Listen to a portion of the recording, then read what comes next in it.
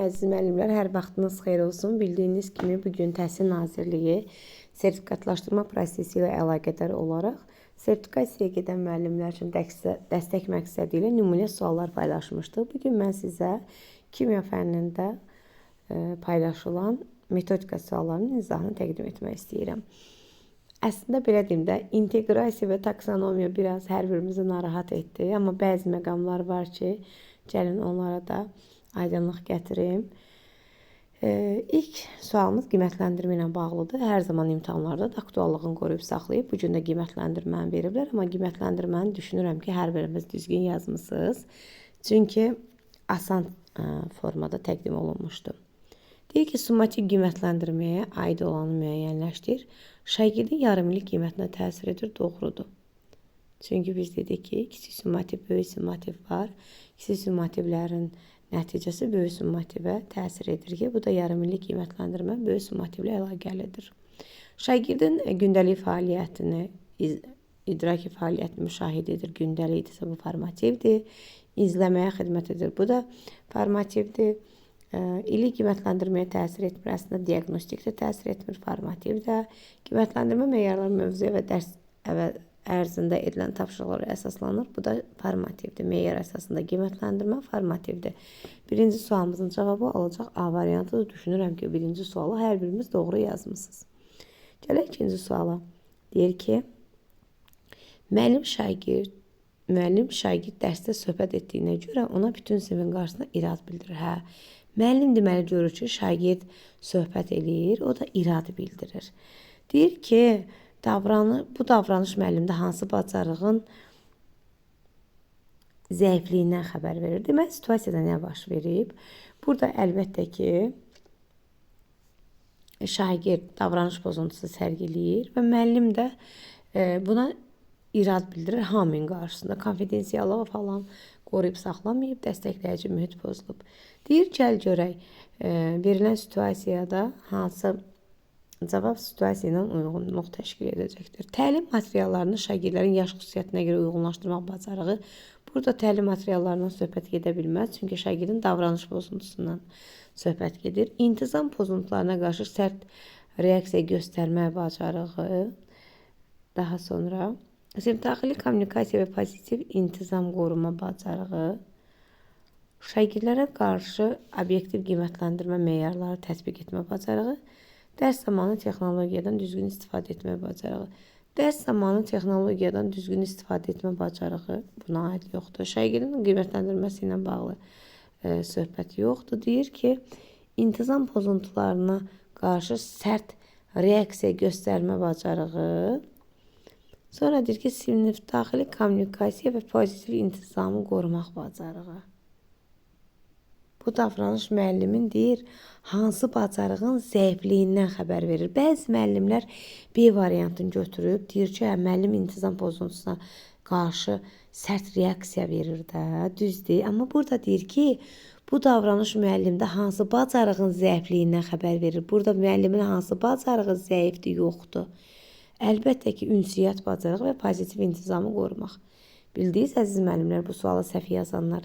Yəni, burada ona görə C variantını yazırıq ki, burada çatışmayan cəhət odur ki, müəllim düzgün ünsiyyət bacarığı sərgiləməyib. Üstəgəl də pozitiv intizam qoruma bacarığı yoxdur. Əslində, sərt reaksiya göstərib, o bacarıq vardı, sərt şəkildə göstərib. Amma düzgün, pozitiv intizamı qorumaq bacarığı yoxdur. Düşünürəm ki, düzgün oxumamısınız, ona görə də bunu səhv yazmışsınız. 52-də olacaq, yəni ikinci sualda olacaq cavab C variantı. Gəlin, üçüncü suala baxaq. Deyir, şagird hər gün dərsə gecikir. Müəllim də hər dəfə onu gecikmə səbəbini soruşur. Baxın, görürsünüz, aktuallığını yenə qayda prosedurlar qoruyub saxlayır. Nəticədə hər gün tədris prosesi bölünür. Bu hal sinifin idarə olunmasında hansı yanlışlığa yol verdiyini xəbər verir. Əlbəttə ki, inanıram ki, bu sualı hər biriniz düzgün cavab vermişsiniz. Çünki burada qayda və prosedurdan söhbət gedir. Əgər qayda və prosedur olsaydı, bu kimi dərs pozuntusuna yol vermək mümkün olmazdı. Yəni, biz dedik ki, sinifin idarə olunmasında müəllim qayda qoyur, qoyulan qaydaları isə prosedurlar vasitəsilə həyata keçirilir. Gələk bu günün gündəmi zəbt edən və hər seansda müəllimlərdə çaşqınlıq yaradan inteqrasiyaya deyir ki, tapşırıq verir. Təsəvvür edin ki, ekoloji problemləri araşdıran qrupun üzvüsüz. Təsəvvür et, daha deyir. Sizin müəyyən bir ərazinin içməli suyunun dadı, iyi, tərkibi ilə bağlı şikayət daxil olmuşdur.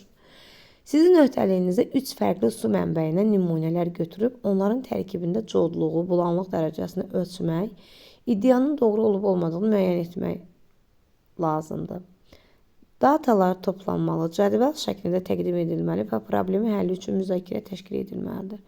Tapşırıq inteqrasiyanın hansı növünə aiddir? Çox güman ki, çox müəllimlər burada fənn üstü inteqrasiyanı götürüb, fənlər arası ilə bərabər, amma cavabımız C variantıdır. Niyə görə fənlər arasıdır? Fənn üstü yoxdur. Bax, burada ged real həyatda bunu elə demir. Həyatda bunu reallaşdır demir. Sadəcə olaraq deyir ki, təsəvvür elə. Müəllim dərs zamanı şagirdə mövzu verir, mövzunu isə digər fəndən əlaqələndirir. Cədvəl hazırlayacaq. Burada cədvəl hazırlamaq, əgər Sixem üzərində, onlayn platformada cədvəl hazırlayacaqsa, rəqəmsal bacarıq, İKT bacarıq, informatika olacaq. Yox, əgər desəydi kağız üzərində cədvəl çək rənglə və s. Bunu əlbəttə ki, təsvirincə sənətdən götürərdim. Baxın, əziz müəllimlər, bir daha burada deyirəm və bugünkü yanaşmaya əsaslanaraq vurğulanıram ki, çünki hər zaman inteqrasiya, təzad doğulu məqamlar Nazirliyin öz yanaşmasını bizə təqdim edir. Əslində, bu günləri sınaq imtahanında bu tip situasiyaların bizə təqdim olunması müsbət haldır ki, sabah imtahanda onlar nəyə doğru götürəcək, biz o yanaşmanı etməliyik. Burada da deyir ki, təsəvvür elə ki, sənə belə bir tapşırıq verilib, sən bu tapşırığı icra eləyəcəksən, demir, yerinə yetir. Həyatda, evdə tətbiq elə. Ged, araşdır, evdə layihə üzərində elə. Bunu yaradıcı yanaşmanı ortaya çıxart. Və sən həyatda bunu edərsənmi? O zaman desəydi, fənlər üstü də götürə bilərsin, bilərdin. Sadəcə olaraq 1-45 dəqiqə ərzində 2 fənnin əlaqələndirməsini həyata keçirdik. Buna görə də olacaq yalnız fənlər arası cavabı olacaqdır. 5-ci suala baxaq.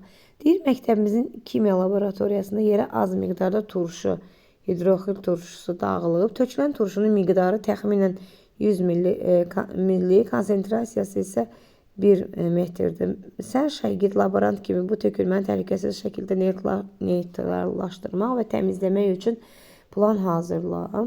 Burada plan sözü bəlkə bir çox müəllimi yaratmağa apara bilər, amma görürsünüz ki, yaratmaq yoxdur. Əlbəttə ki, tətbiq edəcək. Çünki sən nə edirsən? İşin icrasını görürsən, tapşırığı yerinə yetirirsən. Burada köşü fəaliyyətə dayanır. Əlbəttə tətbiq etməyi düşünürəm ki, bunu hər biriniz doğru yazmısınız. 56-cı sual, yəni 6-cı suala baxaq. Sənin laboratoriya yoldaşın X ilə işarələnmiş naməlum bir metalla təcrübə aparır. Təcrübəni icra edir. Bu metal hidroxlor turşusu ilə reaksiyaya girmiş və nəticədə hidrogen qazı ayrılmışdır. Standart temperatur və təzyiq şəraitində toplanan hidrogen qazının həcmi 448 milli olmuşdur və bu zaman 0,50 qram X metalı istifadə edilmişdir. Təcrübə zamanı istifadə olunmuş metalı müəyyənləşdir. Burada bir çox müəllim müəyyənləşdir sözünə görə deyir ki, müəyyənləşdirib də burada nə var ki? Amma bir dənə baxın, burada əməlli başda icra var da, proses gedir, fəaliyyət var. Kökü fəaliyyətə dayanırsa, əlbəttə ki, tətbiq etməkdir. Çünki iş görəcək, icra edəcək. Fəaliyyət burada qabarıq şəkildə göstərilib. Əlbəttə ki, tətbiq etmə mərhələsi olacaqdır. Növbəti suala baxaq. 57-ci sual. Müəllim şagirddən soruşur. Layihənin təhvil verilməsinə az qalıb. Müşahidə edirsən ki, qrup üzvlərindən biri öhdəsinə düşən məsələni tamamlamaqda çətinlik çəkir. Lakin kömək istəmir. Bax, burada əslində əsər məqamları verib də kömək istəmir, amma çətinliyi var. Sən deyir, bu zaman nə edərsən? Ki, etsən, bu sənin əməkdaşlığını daha yüksək şəkildə təqdim edə bilər də. Əlbəttə ki, birinci cavab mənə çağırır ki, gəl götür də. Çünki deyir, onun köməyə ehtiyacı var, amma istəmir ki, sən ona kömək eləyəsən. Ona köməyə ehtiyacı olduğunu hiss etdirmədən dəstək göstərməyə çalışarım. Ən düzgün cavab budur. Və gəlin belə razılaşaq da. Düzdür, inteqrasiyada və bəzi seanslarda taksonomiyada biraz Loro dildə dilində fikir ayrılığına istiqamət versələr də situativ testlər düşünürəm ki, rahat idi və bunu da hər birimiz işləyə bilərdiniz. Sonra 7-ci sual. Burada 8-ci sual gedib. Üzrlü sayın müəllimlər. Çünki belə deyim də qaça-qaçda gərgin iş rejimində 8-ci sual gedib. Onu da mən izah eləyərəm sizə. Sonra 9-cu suala baxaq. Şagirdlər arasında artıq uzun müddətlidir ki, konflikt var. Şagirdlərdən birinin valideyni tələb edir ki, digər şagird sinifdən çıxarılsın. Buna oxşar keçən il sual düşmüşdü. Hətta bu time situasiya testində də var. Autizm spektr pozuntusu belə bir məqam var idi. Əlbəttə ki, burada cavabımız olacaqdır. D variantı. Niyə görə? Empatiya hissi aşılamaq həmin deyir şagirdin sinifdən çıxarılmasını tələb edən valideynlə müəllim fərdi şəkildə empatiya quraraq bu söhbəti həll eləməyi bacarmalıdır. Çünki əlbəttə ki, o uşağın da təhsil alma hüququ vardır və bunu düzgün bir həll yolu tapmaq, fərdi şəkildə söhbət edib empatiya bacarığını formalaşdırmaqdır. 60-cı suala baxaq. Deyir, qrup işi zamanı qrupun tapşırıq üzərində işləmədiyini, əvəzində ucadan danışdığını, vaxt itirdiyini görürük. Bu, digər qrupların da diqqətini yayındırır. Siz bu vəziyyəti effektiv şəkildə idarə etməli və pozitiv mühit qoruyub saxlamalısınız. Bu üçün nə etməlisiniz? Gəlin görək, qrup işidir. Ucadan danışırlar, digər qruplara mane olurlar. Ən düzgün yanaşma nə olacaq burada? Sinifin fəaliyyətini tam dayandırmaq. Ümumiyyətlə, bunu oxuyaraq üstündən bir dənə qəşəng xətt çəkilir. Tam dayandırmaq. Niyə? 45 dəqiqə səmərəsiz keçəcək. Qrup ucadan gözlənilən davranışda xatırladırsınız. Ucadan yox, səsli şəkildə olmaz, vaxt itkisinə səbəb olacaq. Biz də demişdik ki, sinifin düzgün şəkildə idarə olunmasında qayda prosedurlar var. Biz yanaşmanı elə etməliyik ki, vaxt itkisinə yol vermədən bu prosesi aradan qaldıraq. Qrupa sakitcə yaxınlaşırıq və bu hərəkətiniz onlara qeyri-verbal xəbərdarlıq edir. Bəli, bax, biz demişdik ki, sinifin idarə olunmasında əgər düzgün şəkildə vaxtı təyin etmək üçün, vaxt itkisinə yol verməmək üçün, əziz müəllimlər, qeyri-verbal yanaşmadan, ta ki istik ünsiyyətdən, uşağın adını lövhəyə yazmaqla, sarı kart verməklə də vaxt itkisinə yol vermədən baş verən pozuntuları aradan qaldıra bilərik.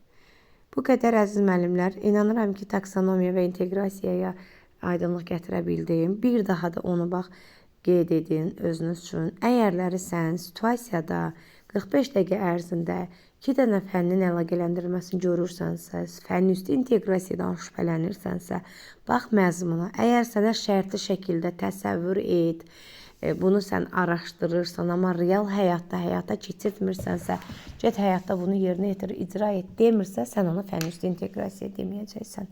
Ümid edirəm ki, bu izahlarım sizə faydalı, aydın oldu. Əgər oldusa, rəy bölməsində, şərh bölməsində fikirlərinizi bildirib və YouTube linkini isə ətrafdakılarınızla bölüşməyi unutmayın. Təşəkkür edirəm hər birinizə.